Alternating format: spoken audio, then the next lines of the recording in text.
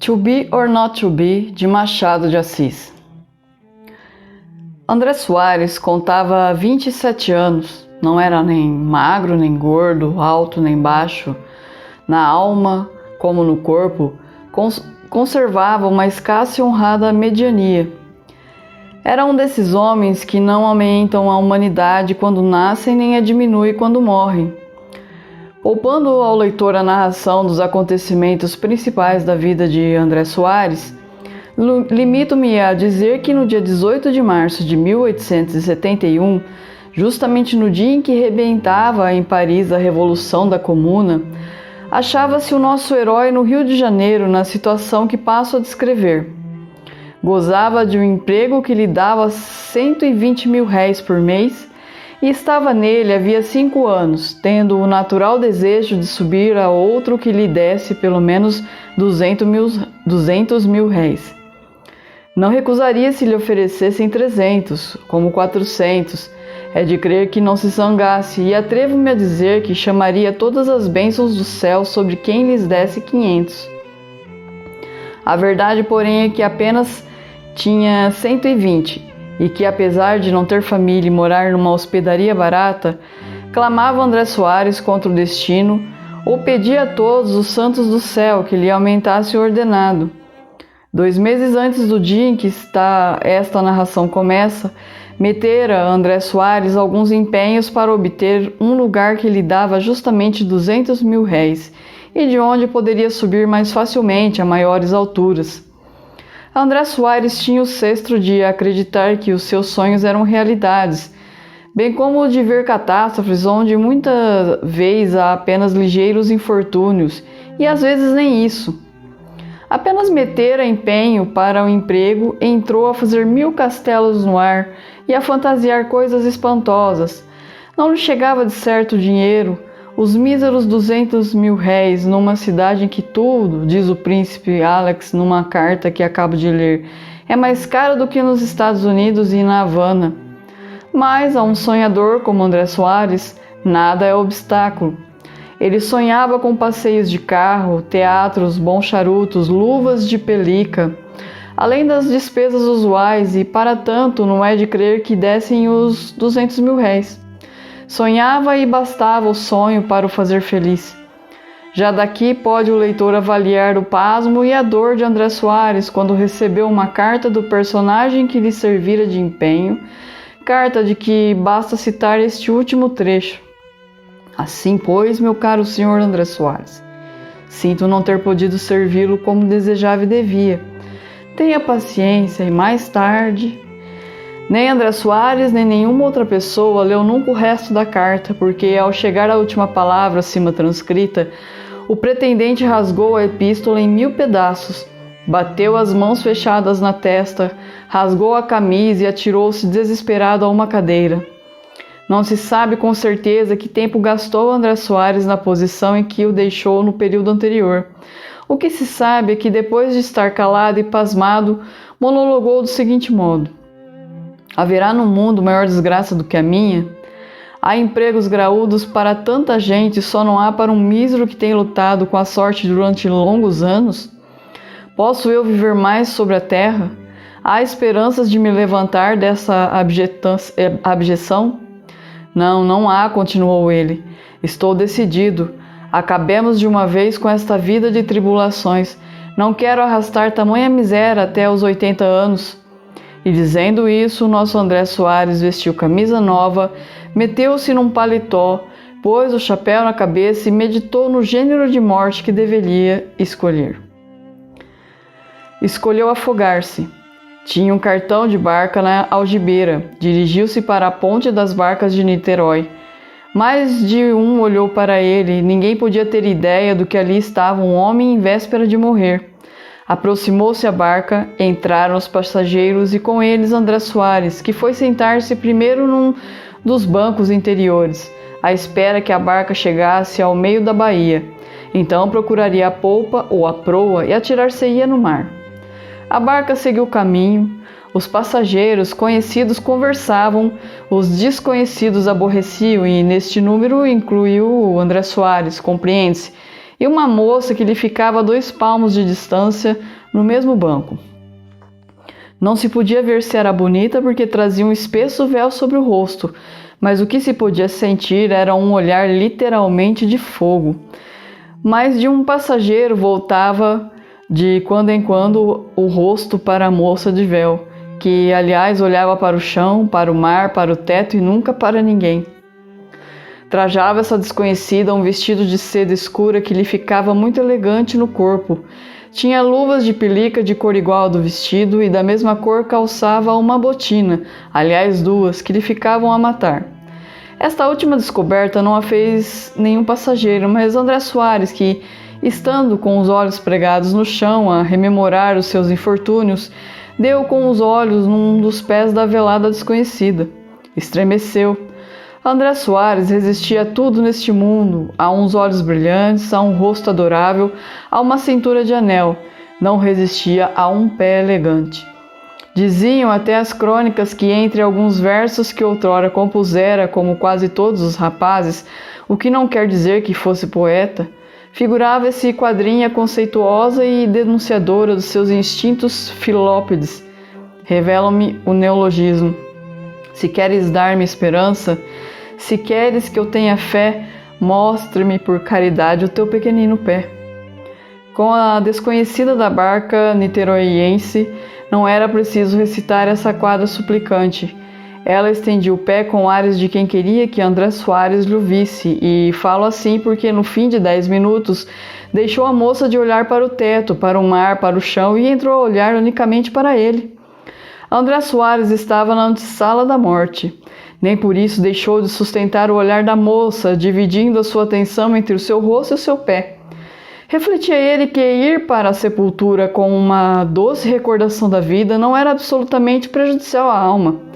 Aqueles minutos em que ainda respirava, aproveitava-os ele na contemplação da moça e tanto os aproveitou que quando deu o acordo de se chegar à barca a São Domingos, André Soares fez um gesto de despeito, mas não teve tempo de resolver alguma coisa, porque a moça levantou-se para sair, lançando-lhe um último olhar e ele maquinalmente deixou-se ir atrás dela e saiu da barca.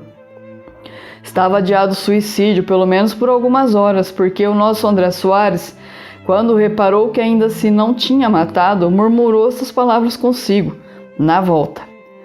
E foi seguindo atrás da bela desconhecida. Bela é talvez pouco. André Soares achou-a fascinadora, quando na ponte uma rajada de vento levantou um pouco o véu da moça. Ao mesmo tempo, tendo baixado ir a moça adiante, André Soares pôde apreciar os pezinhos e a graça com que ela se movia.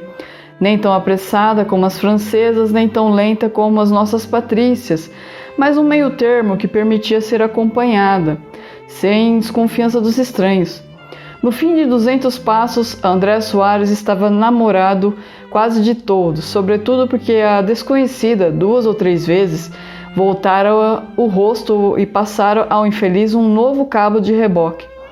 Cabo de reboque é uma metáfora que o leitor compreenderá bem e a leitora ainda melhor.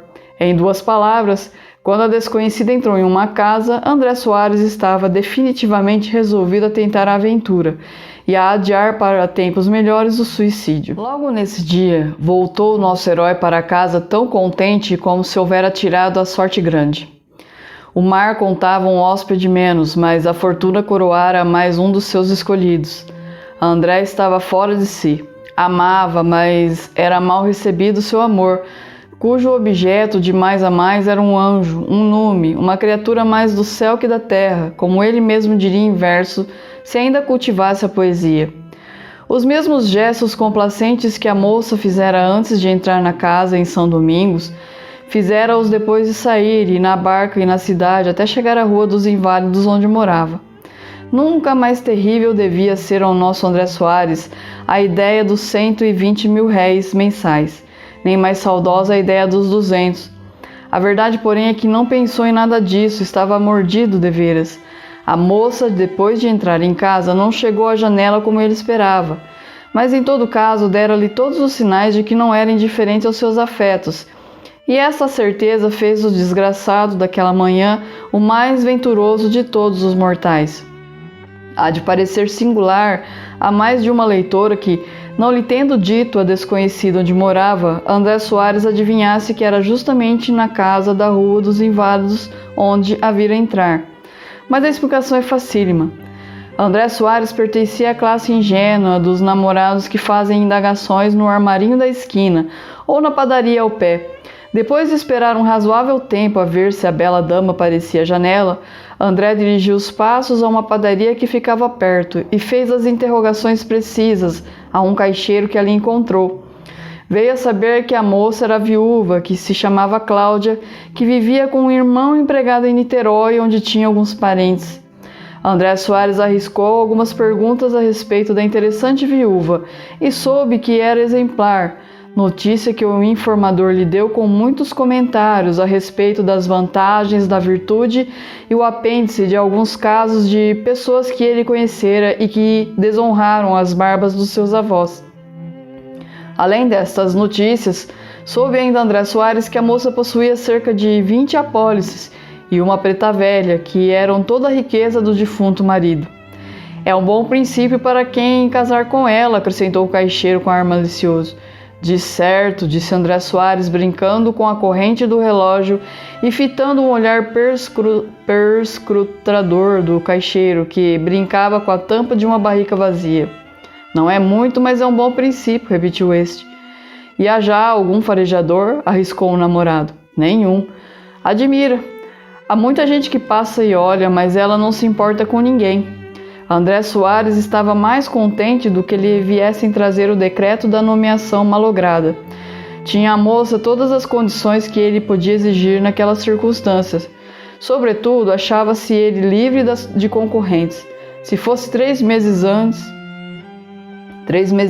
disse o informante, andou aqui um moço que não era mal aceito, mas desapareceu. André Soares saiu dali contentíssimo. Foi um anjo que o céu me enviou, pensava ele, para me salvar da morte e ao mesmo tempo trazer-me a felicidade. E digam lá que não há providência ou sorte ou o que quer que seja que vela pelos homens. A pequena é uma formosura e o pé é o mais gentil que até hoje tenha visto. Que pé! Não é um pé, é um milagre. E os olhos e o andar? Fez o namorado assim inventário das belezas da formosa Cláudia. Foi jantar alegremente e logo de tarde deu o seu passeio pela Rua dos Inválidos, tão embebido em olhar para a janela, onde a moça que não reparou no caixeiro da padaria que se animara à porta para assistir ao romance. Era claro que a viúva Cláudia gostava do rapaz. Trocou com ele um longo e expressivo olhar e dignou-se responder com um sorriso ao sorriso que André Soares lhe enviou. Quando ele de todo desapareceu, Cláudia entrou e foi tocar piano. Não escolheu um trecho alegre adequado à situação. Preferiu uma melodia triste que parecia dizer com a sua alma, ou ao menos que ela queria que se parecesse com ela.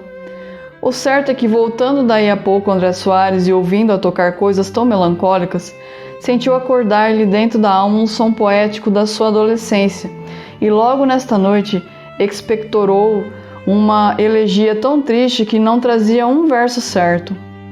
A primeira carta não se fez demorar e a resposta foi imediatamente às mãos do namorado. Não era a carta apaixonada da moça, mas André Soares compreendeu que ela usara de certa reserva que lhe parecia necessária. Replicou o pretendente, triplicou a dama e os autos de coração foram se avolumando progressivamente, até que André Soares entendeu que era conveniente frequentar a casa e aproveitou uma apresentação que lhe ofereceram. A primeira vez que se falaram, os dois foi visível para o Sr. Justino Magalhães, irmão de Cláudia, que eles se amavam. Justino Magalhães tinha um programa na vida, agradar aos pretendentes da irmã, a fim de poder continuar a viver economicamente, isto é, a ter casa e mesa sem despender um real. Fiel a essas ideias, tratou de captar a boa vontade de André Soares, que por sua parte se atirou de corpo e alma aos braços do futuro cunhado. Cláudia era ainda mais bela de perto que de longe. O namorado verificou logo essa diferença quando começou a frequentar a casa. A moça era, sobretudo, de uma meiguice incomparável. André Soares ficava encantado quando falavam algum tempo a sós, e ela podia expandir-se com ele. Mas por que motivo me distinguiu logo naquele dia na barca? Perguntara André uma noite à moça. Ora, por quê? Porque o céu nos destinou um para o outro. E se soubesse, o quê? Não lhe digo. Receita? Nada, tenho vergonha. Naquele fatal dia, fatal, repetiu a moça com um ar de doce ressentimento. Perdão, fatal por outro motivo, que eu só mais tarde lhe explicarei. Sim, há anjos que velam por nós. Ah, suspirou a moça. A conversa foi interrompida por Justino, que se aproximou para dizer que no dia seguinte havia um bonito espetáculo no Teatro São Luís. André Soares recebera justamente neste dia o ordenado. Era ocasião de fazer um convite. Tenho justamente camarote para amanhã, disse ele. Se quiserem dar-me a honra de aceitar, mas, ia ela dizendo. Com muito gosto, atalhou Justino. O camarote foi aceito, mas a curiosidade da moça trabalhava. Que mistério seria esse de que lhe falara André Soares? Insistiu com ele dali a algum tempo e no dia seguinte e alguns dias depois, até que o namorado francamente confessou que um motivo grave o levara a cometer um crime. Um crime? A minha própria morte. A moça ficou séria. Alguma paixão? Disse ela com tristeza. Oh, não compreendo. O que quer? Disse ele. Nem só de pão vive o homem. Achava-me numa situação pecuniária desagradável e... Mas para que falarmos de coisas mesquinhas? André Soares calou-se e entrou a refletir. Pareceu-lhe que fora expansivo demais e que acabava de dar à namorada a ideia de pinga. Igualmente lhe pareceu que um pinga só é poético nos livros, mas que a vida real toda a gente o despreza. E refletiu, enfim, que, apresentando-se candidato à mão da viúva, cumpria-lhe mostrar que não ia só atrás das suas apólices. O resultado de todas essas reflexões produziu esta observação. Felizmente, lá vai esse tempo. Foi uma crise que passou. Agora, não desejo saber disso, disse a moça. Por que não falaremos só do nosso coração? É apenas um parênteses necessário, disse André Soares. É-me preciso explicar-lhe a razão por que até hoje não pedi oficialmente a sua mão. A moça fez um gesto. André continuou. Não lhe pedi a sua mão porque espero obter um novo lugar que me coloque em situação melhor do que atualmente me acho. Não é ela má, lembro-lhe, porém que sou solteiro, casado seria insuficiente. Peço-lhe desculpa de entrar nesses pormenores. É uma senhora de juízo e há de aceitá-los como cabidos e necessários. Nem cabidos nem necessários, disse a moça. Eu pouco tenho, mas tenho alguma coisa. Perdão. Ouça, desejo observar. Ouça, o seu pouco com o meu pouco farão o necessário para a nossa existência. Duas criaturas que se amam são naturalmente econômicas das coisas da vida. André Soares teve ímpeto de cair aos pés da moça e ir dali com ela para a igreja. Conteve-se do primeiro movimento. O segundo era impossível. O que me acaba de dizer é a expressão elevada e nobre de seu coração, disse ele. Eu, porém, não tenho o direito de falar na mesma linguagem. A sociedade exige mais de mim. Peço-lhe só alguns dias de espera. André Soares pedira efetivamente um novo emprego, e dessa vez, se não havia mais probabilidade que da outra, havia mais esperanças no falso espírito do pretendente. Justino soube pela irmã das razões dadas por André Soares e achou que eram de cavalheiro. É um rapaz muito simpático, disse Justino. É um homem como a poucos. Esta opinião de Justino não devia produzir impressão no ânimo de Cláudia, porque ele não tinha outro a respeito de todos os pretendentes da irmã. Todavia entusiasmou-a. E a razão é clara. Cláudia gostava realmente do rapaz e o seu coração não se lembrava ou não reparava na opinião uniforme de Justino a respeito de outras pessoas que a pretendessem, mas a quem ela nunca dera atenção. Justino, porém, insistiu na opinião que formara de André Soares e tão cavalheiro o achou que não teve dúvida de lhe pedir 20.000 réis no dia seguinte.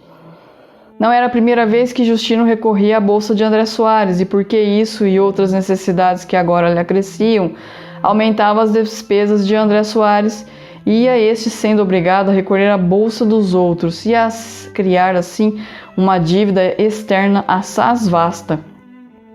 É tão triste esta situação que eu não tenho ânimo de continuar o capítulo. Veremos no capítulo seguinte o que aconteceu ao nosso herói. São passados 5 meses depois da conversa em que André Soares expôs à sua amada qual era a situação de sua vida e quais os seus projetos. Os dias foram passando sem vir o emprego. André Soares passava já uma vida assaz triste e lastimosa. A moça, por sua parte, conquanto desejasse repetir-lhe o que uma vez lhe dissera, não se atrevia a fazê-lo a fim de conservar a reserva de sua posição, que a sua posição lhe impunha. Redobrava, entretanto, de carinhos e afeto com o mísero namorado, o que de algum modo lhe suavizava as penas do coração. Que anjo, dizia ele todas as noites ao retirar-se para casa, que anjo. Se o emprego não vinha, em compensação chegavam as dívidas e o passivo de André Soares ia tomando um aspecto assustador. Ao mesmo tempo, o amor do pobre rapaz, se era possível, crescia mais, o que estava longe de ser um lenitivo naquela situação. A ideia de não poder casar com a bela viúva ou de casar nas condições em que ele se achava atormentava o espírito do pobre moço. Imagine-se o que sofreria o coração do pobre rapaz e calcule-se em que circunstâncias e com que cara ouviu ele um dia ao passar pela padaria da que falei no segundo capítulo, as seguintes palavras do caixeiro a um vizinho. Este é uma das duas amarras da viuvinha. André ficou sem pinga de sangue. Naturalmente ia voltar o rosto, mas a tempo deteve o movimento e continuou a andar até entrar na casa da viúva Cláudia. Parou, entretanto, no corredor antes de subir as escadas e refletiu. Que será aquilo? Iludir-me-á esta mulher? Serei eu a fábula da rua? Terei eu um rival mais venturoso? Estas e outras interrogações fê-las o nosso herói com desespero na alma e no rosto. Sentiu depois uma dor aguda no peito e teve uma vertigem. O desgraçado padecia deveras, amava deveras. Enfim subiu. Cláudia recebeu-o com um modo de costume, o qual modo havia já 20 dias que não era o mesmo modo anterior. O mísero namorado, entretanto, não dera por isso até então.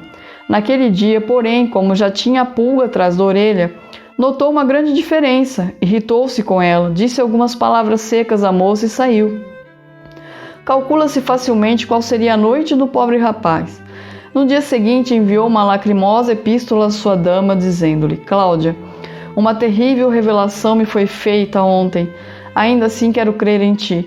Preciso, porém, que me jures se realmente me amas ou se eu já não mereço da tua parte o afeto com que me honraste outrora. 2 dias esperou a resposta dessa carta. No terceiro apareceu-lhe em casa Justino. Vinha alegre. Trocaram algumas palavras banais e, enfim. Sei que você escreveu uma carta à minha mana, disse o irmão da viúva. É verdade. Cláudia riu-se quando a leu. Riu-se? É verdade, riu-se. E não devia fazer outra coisa, dá cá um charuto. Não devia fazer outra coisa, porque no ponto em que se acham as coisas entre ambos, exigir agora uma explicação daquela ordem é singular. Justino concluía essas palavras e recebia das mãos de André o charuto que pedira. André Soares não cabia em si de contente. Então ela: você é um visionário, um crédulo, um rapazola sem juízo. Pois então, uma senhora em vésperas de casar com você. Que bom esse charuto. Leva mais estes. Obrigado. Como ia dizendo, uma senhora em vésperas de casar por livre vontade. Ah, de lá, você é um doido. André Soares concordou facilmente com tudo o que lhe dizia Justino e prometeu que nessa mesma noite iria à casa deles. Recusou, entretanto, dizer de onde lhe viera a revelação a que aludira a carta.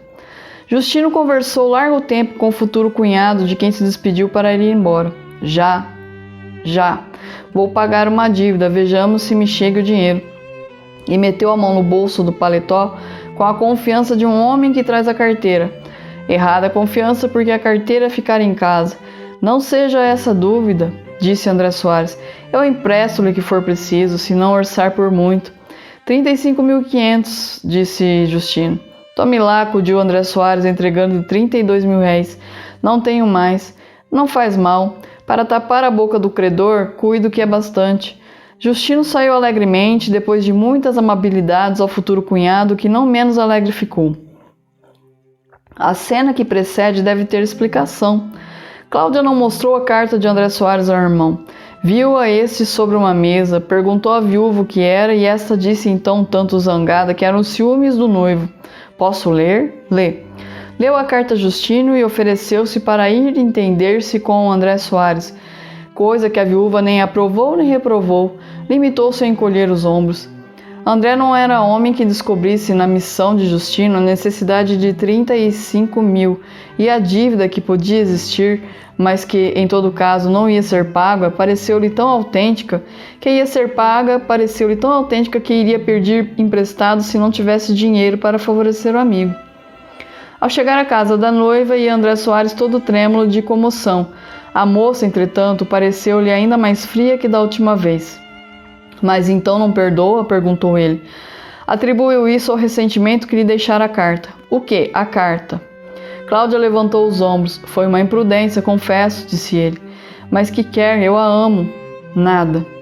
Aproveito a ocasião para lhe dizer que daqui a um mês será o nosso casamento, disse André Soares, se acaso a ele não se opõe. Cláudia ficou um pouco surpreendida com a notícia. Continuou, entretanto, a ficar calada. André Soares saiu vendendo azeite às canadas. Há alguma coisa, por força, pensava ele, mas eu hei de descobrir tudo. André Soares começou então uma vida de pesquisas e de cuidados e pesquisas tais que o obrigaram a ir faltando a repartição, faltando-lhe igualmente a paz e o sono. Fazia a ronda de tarde e de noite, passava horas e horas em casa da noiva sem todavia alcançar nada.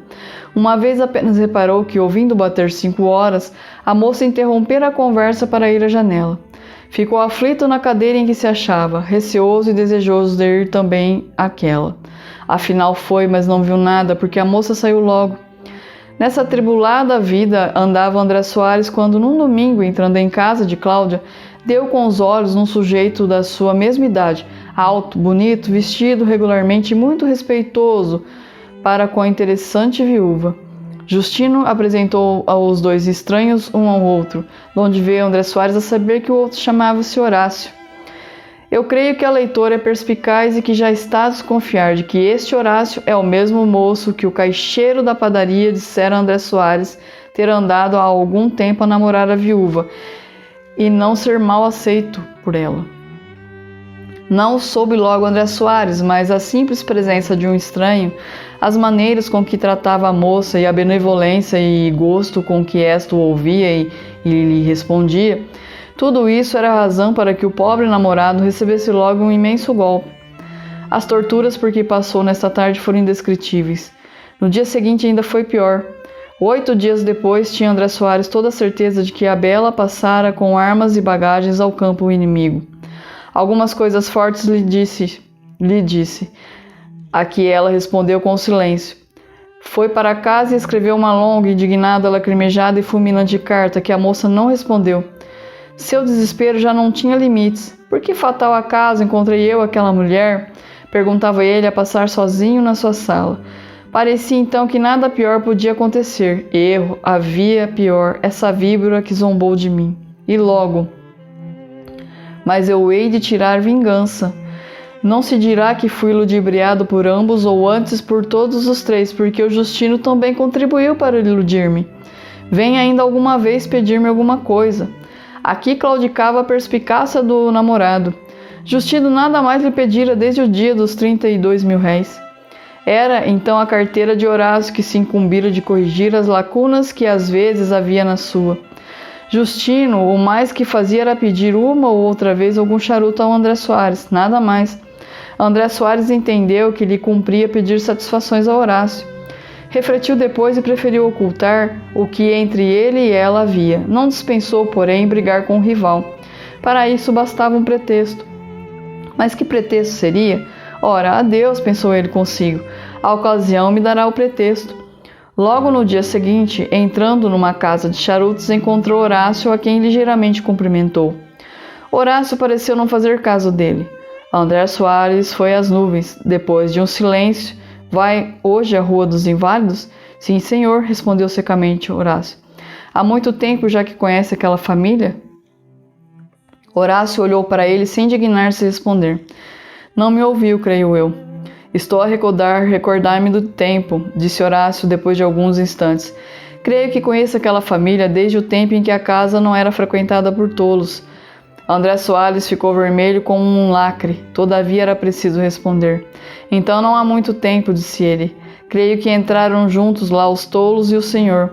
Horácio foi sacudido com essa resposta. As palavras trocadas em voz alta chamaram a atenção do dono da casa. A tragédia estava iminente. Horácio tinha 2 caminhos. O primeiro era ir-se embora. O segundo era ir-lhe às orelhas. Preferiu o segundo. Encaminhou-se para André Soares, alçou delicadamente as mãos às orelhas dele, agarrou-lhes, sacudiu-lhes a cabeça e, antes que o infeliz tivesse tempo de se defender, saiu pela porta fora. André Soares ainda saiu à rua, mas, fosse medo, vergonha ou qualquer outra causa, não se atreveu a ir brigar com ele em público. Limitou-se a tomar os nomes do dono da casa e do caixeiro para o caso de dar queixa contra o agressor e saiu dali para casa. Em caminho, porém, teve ideia de ir à casa da viúva. É claro que eles se amam, pensou ele, mas eu preciso, antes de abater as armas, mostrar o que sou e o que valho. Hei de dizer a essa pérfida aquilo que ela não pensa ouvir. Estava André Soares em plena regateirice. Nem eu o dou por frequentador de salões aristocráticos. Demais, o amor faz perder o juízo. André Soares caminhou direto à casa da viuvinha, bateu palmas, nada, repetiu as palmas, a mesma coisa. Que será? Estará fora, pensou ele. Enfim, vieram ver quem era. André Soares disse que desejava falar ao dono da casa. Está incomodada. Mas, diga-lhe que sou eu, não recebe ninguém. André Soares saiu dali ainda mais furioso. 1000 ideias negras lhe transtornavam o espírito. Só via diante de si morte, sangue, cadafalso. Ao chegar a casa, achou 2 cartas. Uma era de Cláudia, dizia assim: nunca chegamos a nenhum acordo acerca de casamento, mas, sabendo que nutre ideias a esse respeito, declaro que desista delas. Despedido, exclamava o mísero André Soares, despedido como um lacaio, insultado por ele e por ela. Ó minha sina, ó minha triste sina. Assim falando, o infeliz namorado torcia-se todo, puxava os cabelos, rangia os dentes e chorava de dor, de desespero e de ódio. No meio da crise, lembrou-lhe o criado que ainda havia outra carta. Abriu. Era do chefe da repartição. Participava-lhe que, não comparecendo ele com a assiduidade de costume, antes fugindo absolutamente do trabalho, resolvera o ministro demiti-lo. André Soares caiu sem sentidos no chão. Um mês depois, estando a almoçar pacificamente no chanceler, graças ao crédito que obtivera de um amigo e antigo companheiro de casa, viu passar Horácio e a viúva de braço dado. Estavam casados. Miseráveis, gruiu André Soares. Moralidade. Mas onde está a moralidade do conto? Pergunto à leitora espantada com ver essa série de acontecimentos descosidos e vulgares. A moralidade está nisso. Tendo perdido a esperança de obter um emprego de 200 mil réis, quando apenas desfrutava um de 120, assentou André Soares de dar cabo da vida. No dia, porém, que perdeu a noiva e o emprego de 120 mil réis, com um insulto físico de quebra, não se matou, nem tentou matar-se, nem se lembrou de o fazer.